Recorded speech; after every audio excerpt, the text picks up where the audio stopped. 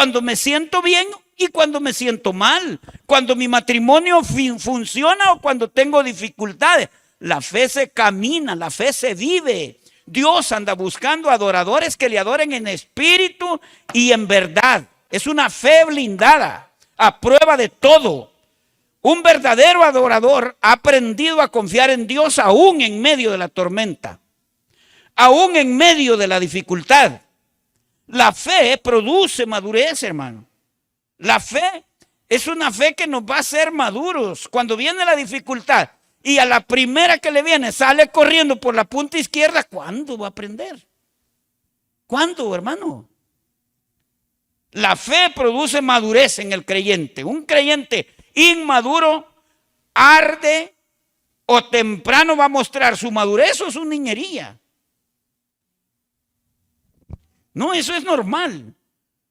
Me decía un hermano, ese brother no cambia, me dice. Y no va a cambiar nunca, a menos que Dios haga un milagro o Él le permita a Dios hacer un milagro. Porque hay gente que tiene 20 años, 30 años en el evangelio y siguen siendo niños. El conocimiento, hermano, no necesariamente significa que hemos crecido. Gente con mucho conocimiento y siguen comportándose con tonteras, niñerías, culpando al evangelio, culpando a los hermanos. Siguen portándose aquí. Esas son niñerías, hombre.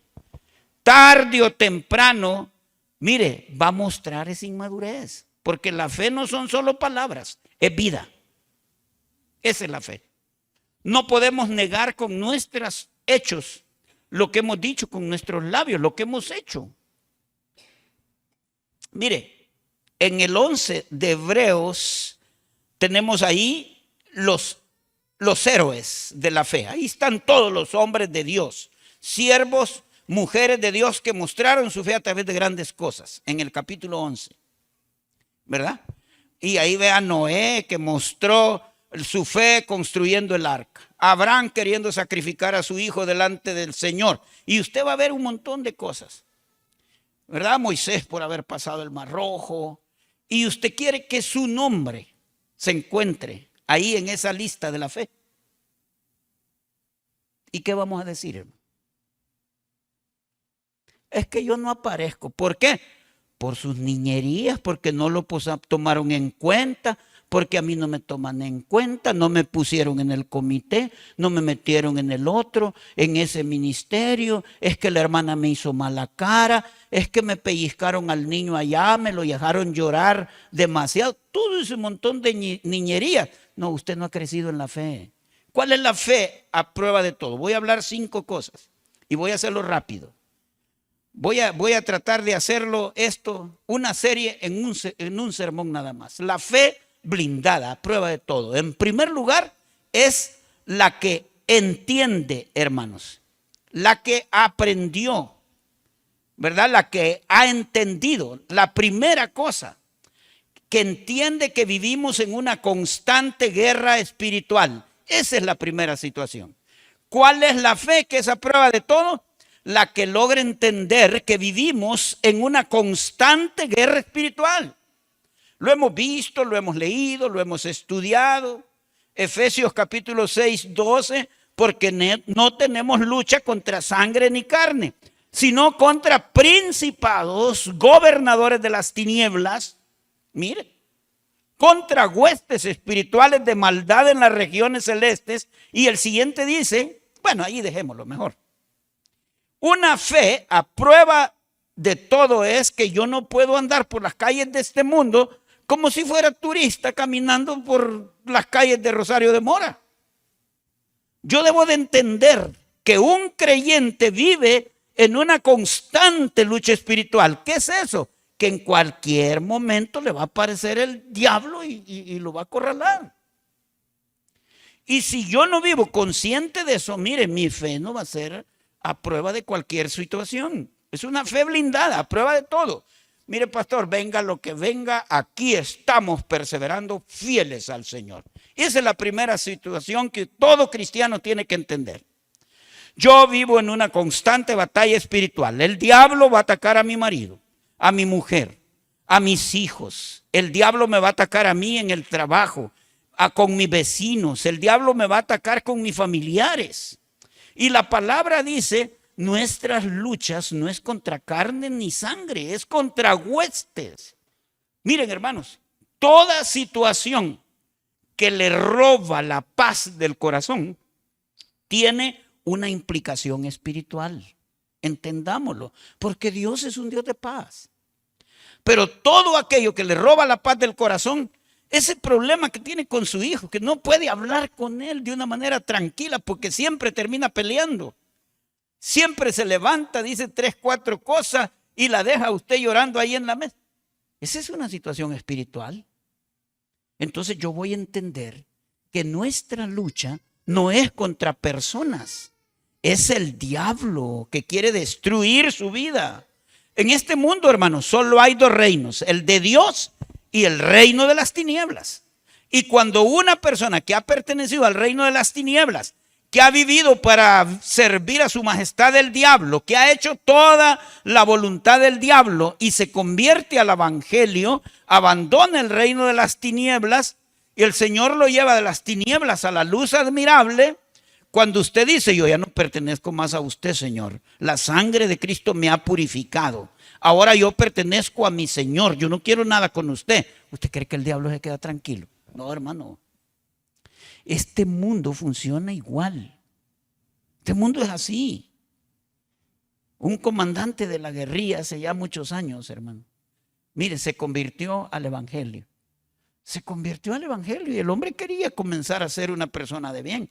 ¿Usted cree que los altos mandos de la guerrilla lo dejaron tranquilo? No, señor. ¿Qué pasaba con los mareros? Igual. Tuve que intervenir el hombre, pedir y sacarlo de ahí porque tenía mucha información. Y él podía utilizar esa información en contra de la organización. Así funciona el mundo. ¿Cómo cree que funciona el diablo? Cuando usted dice, ya no pertenezco más a este reino de las tinieblas, ahora pertenezco al reino del Señor Jesucristo. Diablo, usted era mi amo, ahora es Jesús el Señor. Ah, pues no hay problema, ¿cree que va a decir el diablo? Que le vaya bien. No, hermano, lo va a perseguir. Le va a poner problemas con su esposo, con su esposa. Y va a tener dificultades con sus hijos, problemas en el trabajo. Y va a tener problemas hasta con usted mismo, créame.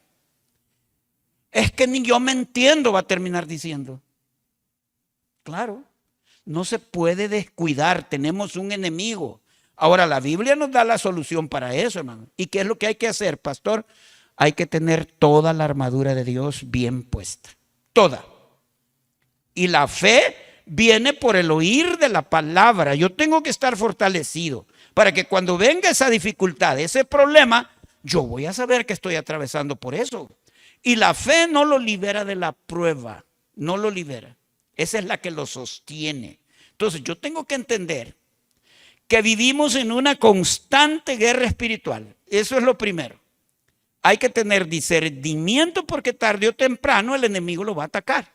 Hay que aprender a atravesar esa etapa que va a surgir en la vida. Los creyentes vivimos con esa lucha constante. Ese es el número 1. Número 2. Yo tengo que entender, hermanos, la naturaleza del reino de Dios. Hoy yo pertenezco a un nuevo reino, ¿sí? ¿Cómo es la naturaleza de este reino? Hermanos, significa que en este reino donde Dios nos ha traído es un reino de gente imperfecta. ¿O usted conoce una iglesia perfecta, hermano? ¿Conoce a hermanos de otra iglesia que son perfectos? Tenemos que entender eso. Esa es la naturaleza del reino al que Dios lo ha traído. Es parte de eso. Entonces, Filipenses 1:6 dice, estando persuadidos de esto, que la que comenzó en vosotros la buena obra, la perfeccionará. ¿Cuándo? Hasta el día de Jesucristo.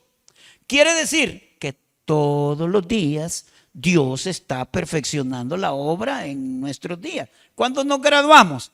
El día que lo tenga aquí, usted mire, aquí en una cajita de madera, tieso, así, hasta ahí se va a acabar, ahí se va a graduar.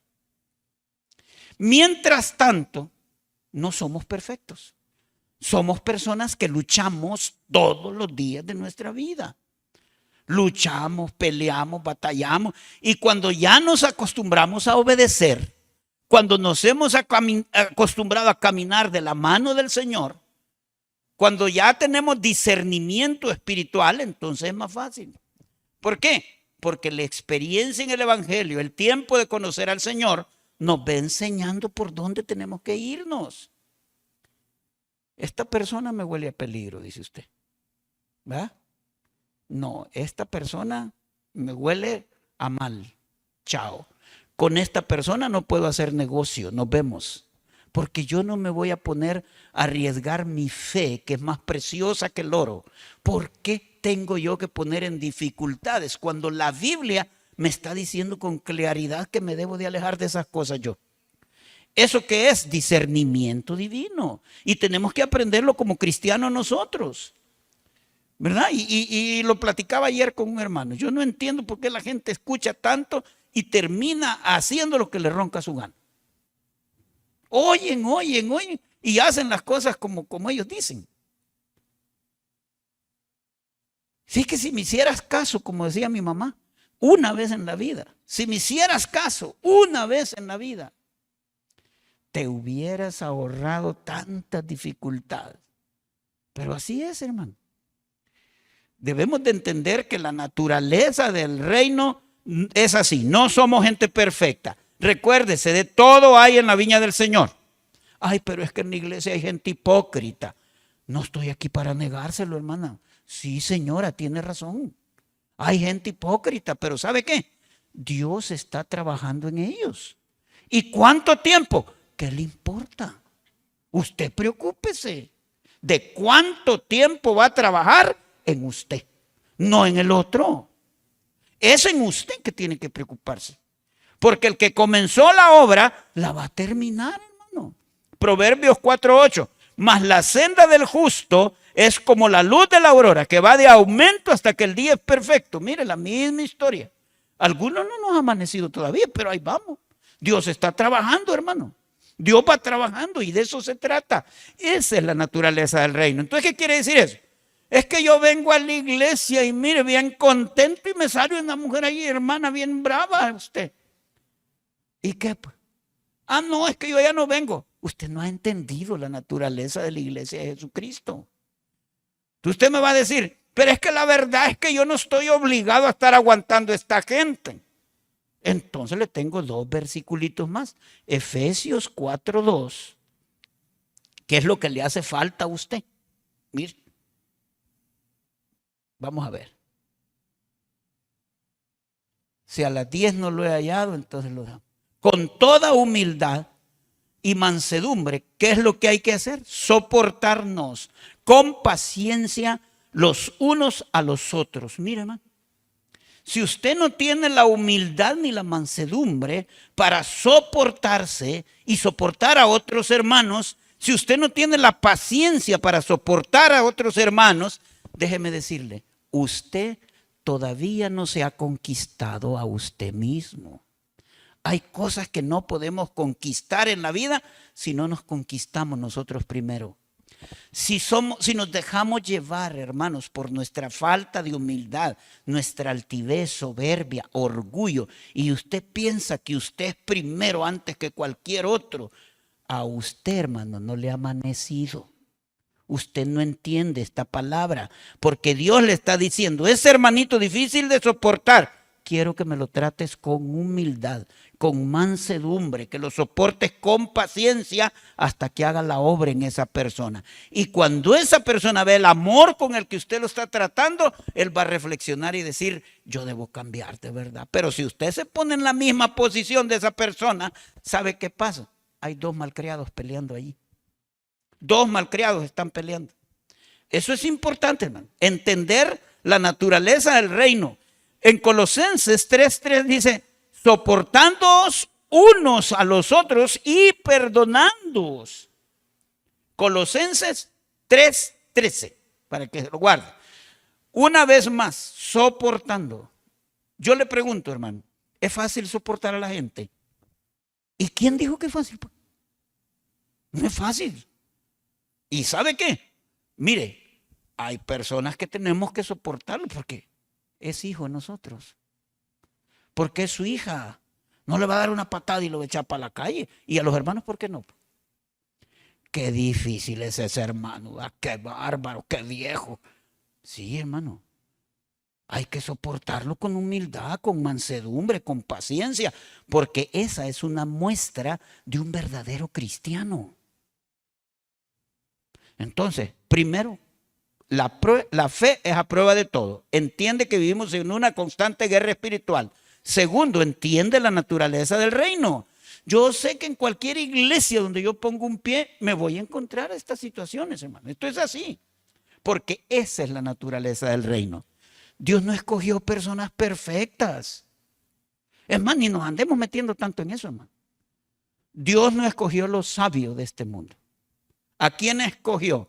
Lo necio, lo vil. Eso escogió. Lo burro, vaya. Y ahora usted piensa encontrar aquí que todo el mundo anda volando como que somos ángeles. No, la cosa no es así. No, no es así, hermano. Esa es la segunda. Y la tercera, ahí va la tercera. La tercera característica de una fe que es a prueba blindada es entender la voluntad de Dios. Entenderla, digerirla, tragársela, aceptarla. Y quiero que vea un versículo, por favor.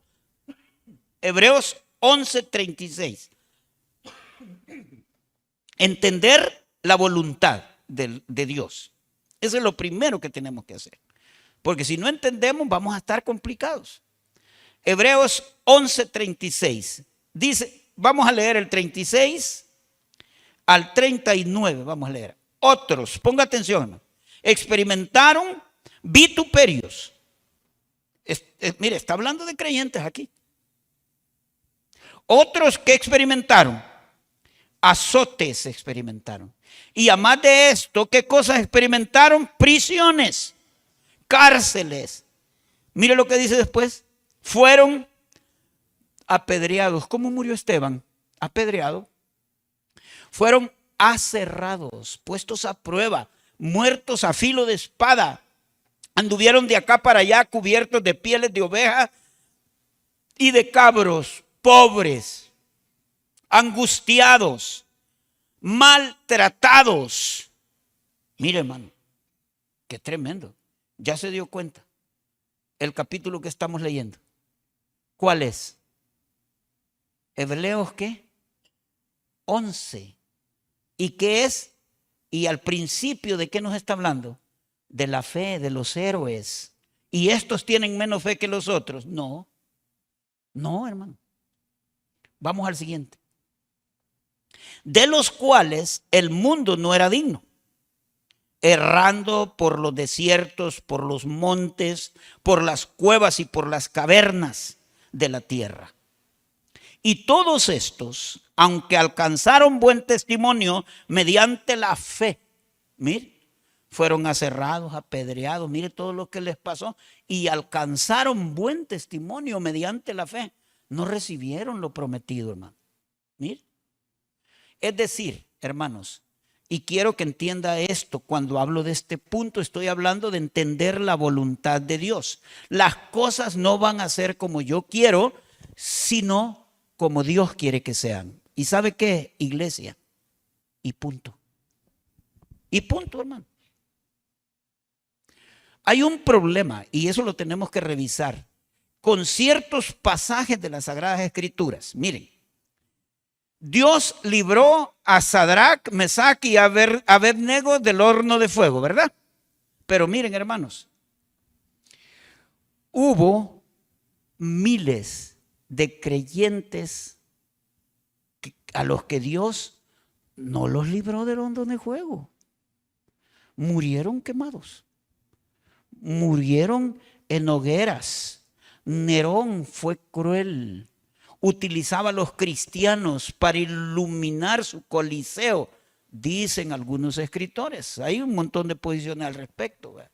Que el hombre se subía en su carruaje desnudo y le daba vuelta al coliseo con los creyentes sirviéndoles de lumbrera. Fíjese. Después incendió Roma Por 9 años duró un montón de situaciones y los creyentes tuvieron que atravesar. No. Nosotros nos vamos a Sadrach, Mesach y Abednego. Así como Dios libró. Sí, pero hermano, pongamos las cosas en la balanza.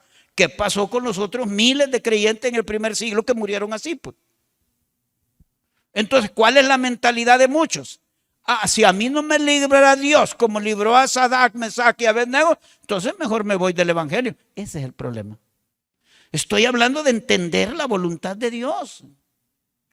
Goces en la salvación que Dios le ha dado. Goces en el conocimiento que tiene de Jesucristo. Alabe a Dios por esa maravilla de tenerlo como Padre.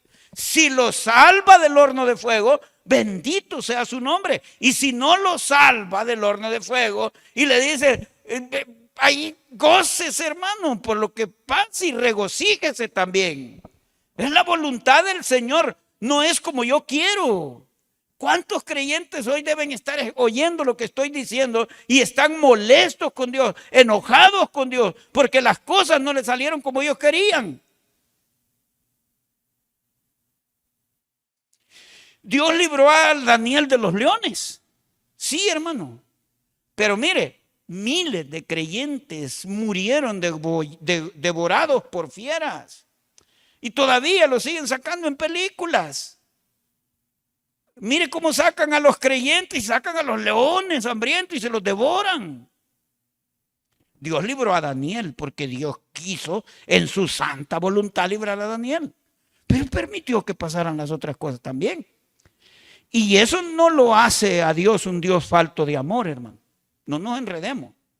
El problema es que nuestra mente finita no logra entender los designios del Señor. Y nosotros pensamos que tenemos a Dios de 80 años. No, y creemos que va a velar por las necesidades mientras tenemos la vida.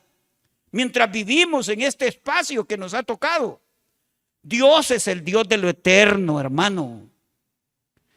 Yo he escuchado gente que dice, no, mire, me dijo un viejo allá, y a mí qué me importa el cielo si yo estoy fregado aquí en la tierra, ¿va? A mí qué me importa la eternidad, me digo, yo estoy aquí donde estoy viviendo. Claro, porque no ha entendido a Dios. Él no entiende. No se puede meter a Dios en ese pobre cerebro. Dios es el Dios de la eternidad. Un Dios que no tiene principio ni tiene fin. Él nos habla que quiere que estemos con Él una eternidad completa. No solo 80 años que vamos a vivir en esta tierra. Por eso les dijo a sus discípulos, ustedes no entienden mi reino no es de este mundo. Ustedes quieren medir mi reino, dijo el Señor, por las cosas que tienen alrededor. Con que les cueste entender las cosas terrenales que les explico, ahora sí me pongo a hablarles de las cosas celestiales, peor. ¿Cuánta gente no murió? Ignacio de Antioquía murió devorado por fieras, muchos decapitados, azotados, torturados, otros crucificados como Jesús. Las cosas son como Dios dice y no como yo quiero que sean. Muchos creyentes no han entendido esto, hermano. Y hay gente que yo sé, mire, está bien, yo entiendo. Nosotros podemos pedir, ese es el deseo. Y si Dios me lo cumple, alabado sea el Señor. Y si las cosas no salen como yo espero, alabado sea el Señor. Él sabe. Él es nuestro Padre. Él es el Señor. Él sabrá. Pero no por eso voy a dejar de adorar el nombre del Señor. No por eso me voy a resentir con Dios. Se murió mi abuela, se murió mi tío. Estaba viendo un libro y el que estaba escribiéndolo, fíjese, decía en su libro que él había estado presente cuando murió su nietecita, decía él, y que fue un momento de los más duros y más difíciles que él pudo haber pasado en su vida y que le costó mucho sobreponerse a esa situación, dijo él. Pero nunca en la vida nosotros dejamos por esa prueba tan terrible de ver a su necesita partir y de ver a su hijo, ¿verdad?, llorar con tanto dolor, pues, al papá. Pero nunca abandonamos a Dios. Nunca dejamos de adorar su nombre. Esa es la fe a prueba de todo. Una fe blindada, no una fe condicional. Si me va bien, yo te sirvo. Pero si me va mal, yo ya no vuelvo a esa iglesia. Usted no ha entendido a Dios. Usted no ha entendido qué es el evangelio. Usted no ha entendido la Biblia. Eso es lo que pasa. Muchos creen que Dios es como Santa Claus, al que le pide cositas y aquí están. Y si no, para Navidad debajo del arbolito cree que las va a tener. ¿Usted cree que Dios es un sirviente, hermano? Que Dios está obligado a darle todo lo que quiere en el momento que se antoja. Ese es un concepto que está equivocado. Por eso dice la Escritura, no os sorprendáis del fuego de prueba que os ha sobrevenido. Porque no se extrañe de lo que le ha acontecido. Tenemos que aprender a amar, a servir a Dios aún con nuestros aguijones en la carne, con nuestros aguijones. No vamos a tirar la toalla porque tenemos un problema. Ahí apareció un hermano y dijo, tengo problemas en mi matrimonio, voy a dejar el ministerio. ¿Ves? ¿Sí? Si todos dejamos el matrimonio porque tenemos problemas, el ministerio porque tenemos problemas, ¿quién le va a servir a Dios? Pues usted resuelva su situación y camine. Resuelva y siga leyendo la palabra, busque a Dios y resuelva sus problemas en la casa. Aún con nuestros aguijones tenemos que seguir, ¿verdad? No nos queda otra. Bueno, la fe blindada a prueba de todo. ¿Qué características? Primera, en una constante guerra espiritual. Segunda, entiende la naturaleza del reino. Gente imperfecta, alabando a Dios. Gente imperfecta, sirviendo al cielo, al Señor. Gente que no es perfecta. Y en tercer lugar, hermanos, es la gente que entiende la voluntad de Dios. Vamos a clamar, vamos a pedir y vamos a esperar. Pero si las cosas no salen como yo quiero, porque las cosas no salieron como yo quiero, Él es el que da las órdenes, no nosotros. ¿Me acompañan hasta aquí, hermano? Vamos al 4. Este versículo se lo puede de memoria, Gálatas 2:20. Con Cristo estoy juntamente, ¿qué? Crucificado. Pero mire, muchos se han bajado de la cruz. Y no solo eso. Se han bajado de la cruz y se han venido a dar órdenes a todo el mundo. Primero estaban clavados, hoy ya se bajaron y andan dando guerra, reclamando sus derechos. Cuando la palabra dice, con Cristo estoy juntamente crucificado. Y mire, ya no vivo yo, vive Él. Y lo que ahora vivo en la carne, lo vivo en la fe. Esa fe que debe ser por encima de todas las cosas, a prueba de todo, hermano. El cual me amó y se entregó a sí mismo por mí. 5:24, porque los que son de Cristo han crucificado la carne con sus pasiones y con sus deseos. Mira, el señorío de Cristo, ese es el número 4. Entiende el señorío de Cristo el creyente que ha entendido la fe. Miren, hermanos, se nos complica entender esto porque los tiempos son diferentes, pero en los tiempos de Jesús la esclavitud todavía estaba latente. Habían mercados para ir a comprar esclavos.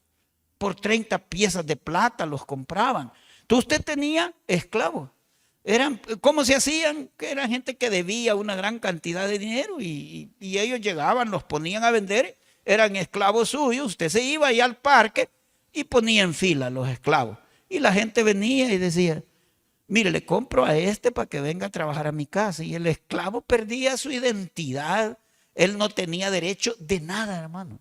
Por eso es que cuando el Señor habló, siervos inútiles somos, y Él dio esa enseñanza, que si el siervo viene de trabajar, le va a decir a su siervo, prepárate tu comida. No, al contrario, sírveme, prepara y después comes tú. Ellos lo entendieron bien, porque sabían que así eran las cosas. Cuando compraban a un esclavo, hasta la identidad perdían. Ya no importaba si se llamaba Juan, Pedro, como se llamara. Ahora era el esclavo del señor fulano. Ese era voluntario. Y la gente llegaba a ser el siervo suyo. ¿Verdad? Eso suena hasta pesado, ¿verdad? Que le digan sirviente, ese era el siervo. Yo hace ya mucho tiempo llegaban muchachitas de los pueblos, ¿verdad?, a las casas y venían a probar suerte a la capital. Y caminaban ahí frente a la casa y tocaba, disculpe, fíjate que yo vengo de tal pueblo, ¿no será que usted me puede dar dónde vivir? Y yo le sirvo. Y a algunos usted les decía, véngase, quédese con nosotros aquí. Y su familia, no, ya la tengo, ¿verdad? Allá nosotros vivimos lejos, pero si usted me da mi comidita y un lugar donde dormir, entonces y usted le daba la comida, ¿verdad? Un lugar donde dormir, y la persona hacía lo que uno dijera, hermano, a la hora que le dijeran. ¿Por qué? Porque era la muchacha. Y se convertía, y una de las cosas que a mí me repugnaron, el maltrato con esa gente. Eso me mataba a mí, hermano, ¿verdad? Cuando yo oía gente que trataba mal, me molestaba, eso me molestaba y me incomodaba, porque esa gente también tiene dignidad, pero era la muchacha. Y en ese tiempo de eso se hablaba, ¿verdad? Se hablaba de quién era el esclavo, de eso hablaban. Y cuando hablamos del señorío de Cristo, hermanos, en los tiempos de Jesús, el primer siglo, digamos, ¿verdad? Acuérdese, ¿quién era el señor de aquel entonces? El César. Ese era el señor. Se habla que cuando se encontraban del camino la gente y se saludaba, uno decía, César es el señor, y la otra persona decía, verdaderamente César es el señor, y así se saludaban. ¿César es el señor? Sí, César es. Pero cuando Cristo aparece en la escena y presenta quién es él y les habla que él es el Curios, y Pablo dice que el Señor le ha hecho el Señor de todas las cosas, él es el Señor, usted se convierte al evangelio, le entrega su vida a Jesucristo, y a partir de ahora usted se encuentra con una persona en el camino y la otra le dice, César es el Señor. ¿Qué le va a decir? No, Jesucristo es el Señor. ¿Qué le esperaba? ¿Santa Claus para darle regalos? No, hermano, no. La cárcel le tocaba, los golpes, los trancazos, de eso se trataba. Eso le esperaba, porque la gente decía, ¿qué es lo que dijiste? Que Jesucristo es el Señor. ¿Cómo que Jesucristo? Uno solo es el Señor del Imperio Romano, es el César. No, Cristo es el Señor, Él es el Mesías, Él es el Dios. Se metía en problemas, hermano. Pero era entender lo que significa el señorío de Jesucristo. Él es el Señor, yo soy su siervo. ¿Desde cuándo un siervo le dice al Señor lo que tiene que hacer?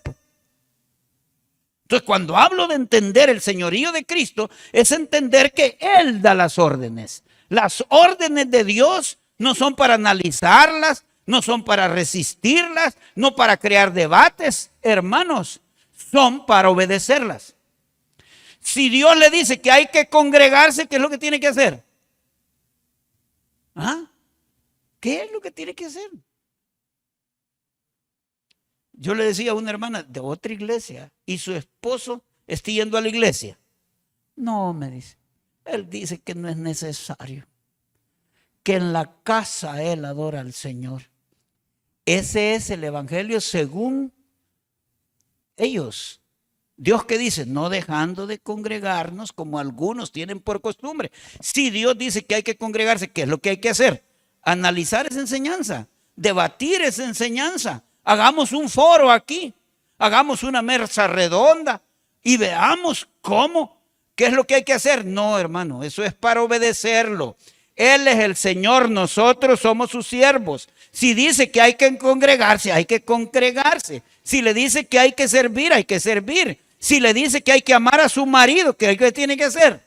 Amarlo, analícelo, búsquele el griego, el hebreo, obedezca, hermano. Dios da las órdenes, nosotros cumplimos. Eso es entender el señorío de Jesucristo. Hermano, es como en su trabajo, ¿verdad? Usted va, pide trabajo. Disculpe, no tiene trabajo. Sí, ¿y qué puedes hacer? Nada. Vaya. Mira, me vas a hacer aquí, me vas a hacer allá, esto, lo otro, y te voy a pagar en tal fecha. Gracias. Es así. Uno es el patrón y el otro es el que hace el trabajo.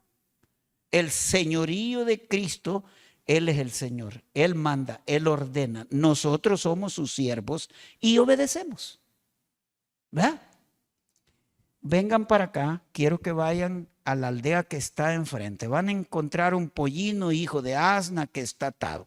Ustedes van, lo desamarran y me lo traen. Si le llegan a preguntar, hey, ¿qué andas haciendo con el animalito?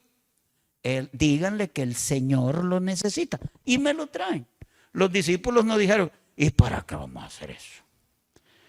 Rentemos un burro ahí en la esquina, hombre. Allí rentan. Una vaca no te sirve, Señor. ¿Por qué tenemos que ir tan lejos a prestar ese animal? Dios ordena y los discípulos obedecen. Punto. Nosotros somos tremendos, hermano. Y aquí en Rosario de Mora somos peor. Primero nos rebelamos contra todo que sea autoridad. Poneme esto aquí, ¿por qué no lo pone usted? ¿Sí? Así. En cuestión de iglesias tenemos servidores, oficiales de la iglesia, líderes de la iglesia. Hoy vamos a ser los diáconos, primero Dios, vamos a tener los primeros diáconos en el aniversario. Y vamos a aprender nosotros a obedecer que es una orden del Señor. Y número 5, para ir terminando. La fe a prueba de todo tiene que ser una fe a prueba, óigame esto, hermano, de sentimientos. Una fe a prueba de sentimientos. ¿Qué es lo que quiero decir con eso, hermano? ¿Alguna vez se ha sentido usted decepcionado? ¿Y por qué tiene que pagar el pato su fe? Pues no sabe usted las veces de gente que me ha traicionado. Hermanitos lindos, hermano. ¿Verdad? Que llegaron con un cuchillo de este vuelo y le pusieron cuchillo a un lado, mantequilla a un lado, mantequilla al otro. ¿Y por qué mi fe tiene que estar de por medio? La fe a prueba de todo es una fe a prueba de decepciones. ¿Alguna vez se ha sentido decepcionado? Siga caminando. ¿Se ha sentido traicionado? Siga caminando en el Señor. ¿Alguna vez se ha sentido solo, que nadie lo apoya, que todo el mundo lo ha dejado abandonado? ¿Qué debe hacer? Siga caminando en su fe. ¿Alguna vez se ha sentido deprimido, hermano? ¿Se ha sentido usted usado nada más? Siga caminando en la fe. ¿Alguna vez se ha sentido aislado? ¿Que usted no le importa a nadie? ¿Se ha sentido con ganas hasta de desaparecer del mapa? Elías fue uno de ellos. Entonces, ¿qué hay que hacer? La fe a prueba de todo es una fe que camina de la mano del Señor, no importando cómo me siento. Si nosotros vamos a basar nuestra fe en los sentimientos, hermano, nunca vamos a llegar a ninguna parte. Porque los sentimientos varían dependiendo de cómo está el estado de ánimo. Nosotros, los sentimientos son como esos elevadores. Una vez está en el piso número 10 y otra está en el sótano número 5. Ay, que no me quiero ni bañar. Eso es normal para algunos. No me quiero ni levantar, me dio la depre. ¿Por qué no ha venido, hermano? Pues que me siento un poquito deprimido. Y usted está trabajando. Ay, sí, pastor. Ese es paja, no está deprimido, hombre. El que se deprime no le importa el trabajo, no le importa comer, no le importa nada. Está deprimido, está deprimido. Está deprimido con el evangelio, con la fe, con el Señor, con la iglesia, con las cosas del Señor. Con eso se ha deprimido. Si se levanta a las 6:30 para ir a trabajar, ¿qué depresión va a tener esa persona? No, hombre. Algunos la han pintado pensando que el resto somos bobos. Las cosas no son así. La fe a prueba de todo es a prueba de nuestros sentimientos. Cómo nos sentimos en ese momento determinado. Y algunos, ellos mismos se pusieron en esa situación. Hermanos, nuestra fe va a ser probada. Dios le pidió a Abraham a su propio hijo y no se lo rehusó. Imagínense. ¿Cómo vamos a comparar nuestra fe con la de Abraham? Imagínese usted. Alguien dijo que la fe a prueba de todos es inerte a la duda, insensible al desánimo, ciega a lo imposible. El creyente debe alzar su mano sobre las nubes amenazantes y aferrarse al único que tiene poder en el cielo y en la tierra. ¿Qué espera Dios al final de la prueba? ¿Qué es lo que Dios espera? Primera de Pedro 1:7 dice, para que sometida a prueba vuestra fe, mucho más preciosa que el oro, el cual, aunque perecedero se prueba con fuego, sea hallada en que, mire esto, gloria y honra cuando sea manifestado Jesucristo. ¿Qué le parece? Si este día, hermanos, perdemos todo lo que tenemos en esta tierra, ¿verdad? Como esas cosas terribles que pasan ahora con esto de que gente le lleva la casita, el mar, lo deja todo. Y hay gente que dice, hemos visto el infierno completo, ¿verdad? Por el incendio que nos arrasó, por lo que nos sucedió, ¿verdad? Hay gente que se queda sin ánimo de nada. Y si llegáramos a perder todo lo que tenemos, recuerde estos principios bíblicos. Jehová dio, Jehová quitó, sea el nombre de Jehová bendito. Esa es la fe a prueba de todo. No hay razón, no debería de existir razón, hermano, por la que un creyente abandone el evangelio. No debería de existir razón para que un creyente abandone la fe. No, Señor, bajo ninguna circunstancia. Las pruebas son parte de la vida cristiana, de una manera o de otra manera. Un día puede ser su matrimonio, otro día pueden ser sus hijos, una enfermedad, otro día una depresión, otro día puede que se sienta mal, otro día puede ser lo que sea. No hay razón, no hay motivo, no hay circunstancia para abandonar nuestra fe, porque nuestra fe es más preciosa que el oro. Y además, hermanitos, a Dios hay que amarlo, a Dios hay que servirle, porque Él es, no por lo que le puede dar o dejar de dar. Él murió en la cruz por usted y por mí. Se entregó para que usted y yo podamos disfrutar de la gloria venidera. Hay que amarlo por lo que es. Nadie merece tener nada porque Él se lo merece todo. No merecemos. Lo tenemos porque Él es grande. Lo tenemos por su misericordia, por su gracia. Pero así como Él dio, pues también nos puede quitar. Él se lo puede quitar. Si has llegado hasta el final de este video, quiero agradecerte sinceramente por tu tiempo y por acompañarnos. Para nosotros es una bendición saber que caminamos juntos en este crecimiento espiritual. Si este mensaje fue de edificación para tu vida, te invito a suscribirte al canal, activar la campanita y darle like a este video. De esa manera nos ayudamos a seguir creciendo como comunidad y a que más personas puedan ser alcanzadas por la palabra. Si aún no nos conoces, queremos extenderte una invitación muy especial. Estamos en Rosario de Mora y te vamos a recibir con los brazos abiertos como una familia en Cristo. Que Dios bendiga tu vida, tu hogar y nos vemos en el próximo video.